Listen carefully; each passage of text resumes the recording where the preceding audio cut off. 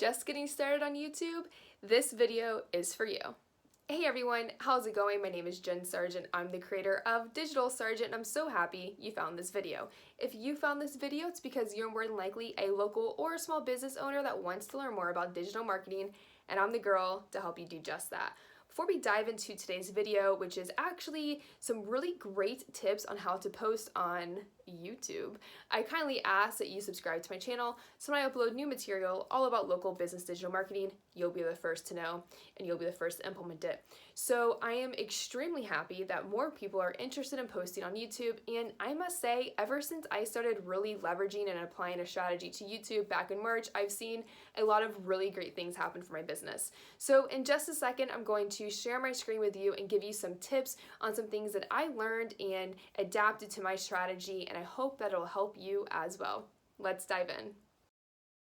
Okay, welcome to the YouTube section of Local Business Digital Marketing Bootcamp.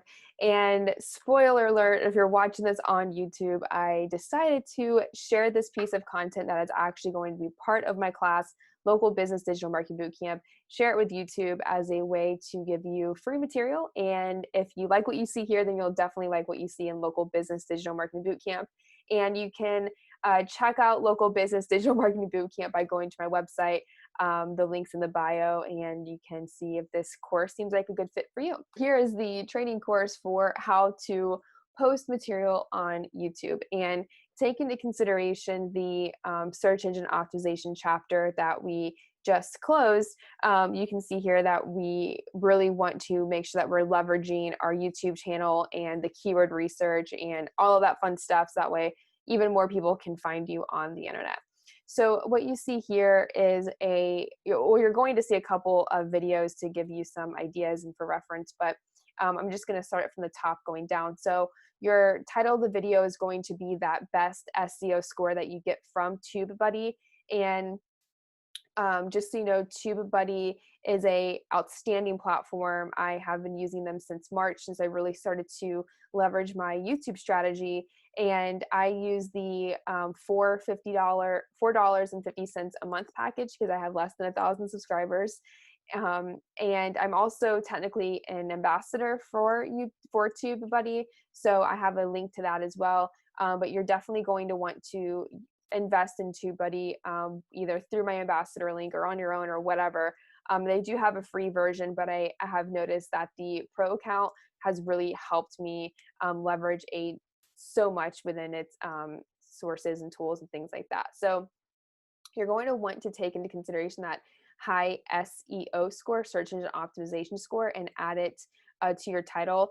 And then you also want to consider adding a year behind it. So it's been known that if you add a year behind the title of the video, whenever people read the title, it'll increase your click-through rate. And ultimately, that's what we want. So whenever YouTube is dispersing your material and people are clicking on it, then YouTube's going to say or think, wow, okay, people really like this material. Let's keep pumping it out and making sure that it's providing good value for our users and that they're using this video and that they're watching it.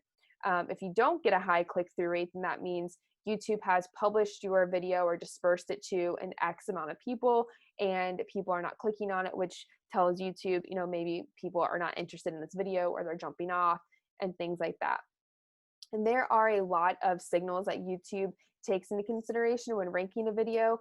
One of them is viewer retention rate. So when somebody watches, 50% of your video or 60% or even 100%, that's really great. And YouTube's going to keep that little signal in mind too. So YouTube, much like a lot of other social media platforms, they want to keep people engaged on a channel and on their platform. So if you are a YouTuber that can do that, where people are just binging your material and they're loving it, then that's going to tell YouTube, hey, this channel has authority and things like that. So all that being said, that is your title. And then we have your description, which your description you want to treat like a mini blog post. So you want it to be keyword rich. You want to include those keywords that you want to rank for, but you don't want to overstuff it. And if you are, which I hope you are, pairing this content with content on your website, you never want to mirror any content on the internet. So you never want to post an exact duplication of what you post on a blog on your website and then copy and paste that into your description. You want your content to be unique, across social media or across the internet rather. So whenever you're writing your description, treat it like a blog post, include links and things like that. I also like to include my mission, my affiliate links, how often I upload material, because when people subscribe to you, they really want to know what they're getting themselves into. Is this person just going to inundate me with content? Do they only drip content? What does that look like? So I definitely encourage you to include that as well. And at the very bottom of every single YouTube video, I always include 3 hashtags. And these hashtags will pop up directly above your title. And this is another way for people to find your video and find your content. You can only have 3 hashtags and only one element can live there. So it's either going to be your 3 hashtags or it's going to be your location pin. So it really depends on what's best for your business, which one you want to use. And then when it comes to your thumbnail, so I use Canva to create all of my thumbnails.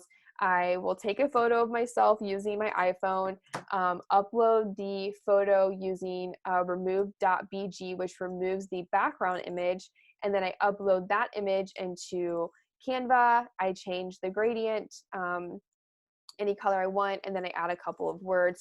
I try to use as little words as possible on the thumbnail, and I try to make it not the same as the title, but to go with what the video is talking about. So this one's 0 to 500, meaning how to get 500 Instagram users or followers. So that is how I create my my background or my thumbnail, and then I just download the thumbnail and then upload it right here. So I'm seeing a lot of business owners make this mistake in this audience section right here. So whenever YouTube is asking, is this video made for kids? What they're really asking is this content for kids in a way of like, it's a kid show or it's a kid story or kid crafts or basically content that a kid will want to watch. And if it's not made for kids, then it goes in a different category. And while all of my content is technically kid friendly, like I don't talk about anything bad or cuss or anything like that.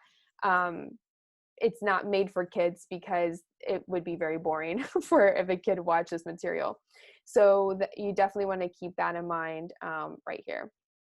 And then tags are what you're going to want to add to your video. You only get 462 characters to add tags, and you want these tags to be very conversational, and you also want them to be very relevant to your video. So I always include my name, my brand name, and the title of the video in the tags, and then I use as many conversational tags as possible. And then TubeBuddy will actually recommend tags. So you can choose tags here that you want to add to your channel, either by relevance or by score. But you really just want to be smart about it, that you're not like how to get more followers on Instagram without posting has a really great score of 41 for me. But my, this video is about posting on Instagram in a way. So I'm not really sure if that would be super relevant. And then what you have on the side here is publics, or the visibility of the video. So if it's private, that means only you or admins can see the video. If it's unlisted, then that means only people with the link can see the video. And if it's public, that means anybody can see a video. And then I use the scheduling tool a lot. This is how I schedule this exact video. And then you want to create a playlist for your videos. I divide mine into social media marketing or local business marketing. And then I add videos within the playlist, and playlists are another great way to get found on YouTube. And end screens are super, super, super important. So end screens are essentially just the last 20 seconds of a video. Oh, that's a terrible face that I'm making. The last 20 seconds of the video, you can have other videos pop up to keep people engaged and staying on your channel. So I like to add 3 videos and then one subscribe button. So that's what you see here. And then you can add, or you can change videos to be, video best for the viewer, which I definitely recommend, because that's basically letting YouTube pick a video that would be best for the person who's about to watch it, or your recent upload, or what's the last one? Or you can choose any video you want. So I 10 out of 10 recommend having end screens on all of your videos. And whenever you're recording your material, just keep that last 20 seconds in mind for it to be basically just like empty. So the last 20 seconds of every video I post is like, thanks so much for taking time to watch this video. Right about now, more items should be popping up on the screen. I hope that you like them. I hope that you enjoy them, da da da da. And or you can have the last 20 seconds to be just an image with arrows pointing to where you can or where you want to put your material, and then you can move things around on your end screen just by clicking and dragging them over. So you definitely want to be using end screens as much as possible. And then cards, I'll have one pop up right here so you can see what a card is. But cards are basically little information shout outs that happen at the top right hand side of the screen. And you only want to include tags that are relevant to the material. So, don't add like a bunch of like random tags that don't make sense. And you can tag your YouTube video or different YouTube videos and things like that.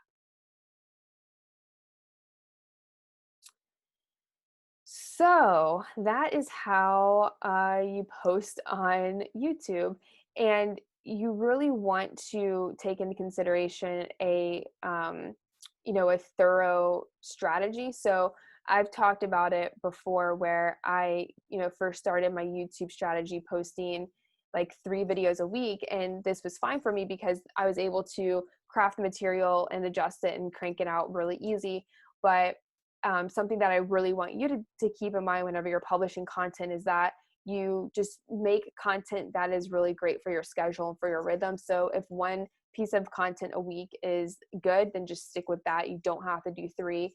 But what you really want is consistency through the algorithm to show YouTube that you are consistent, you're publishing material, you're engaging, you're using all of these signals and things of that nature. So make sure you really create a content strategy that is good for you and your sanity, but it's not too much at the same time. So that is the YouTube chapter in Local Business Digital Marketing Bootcamp.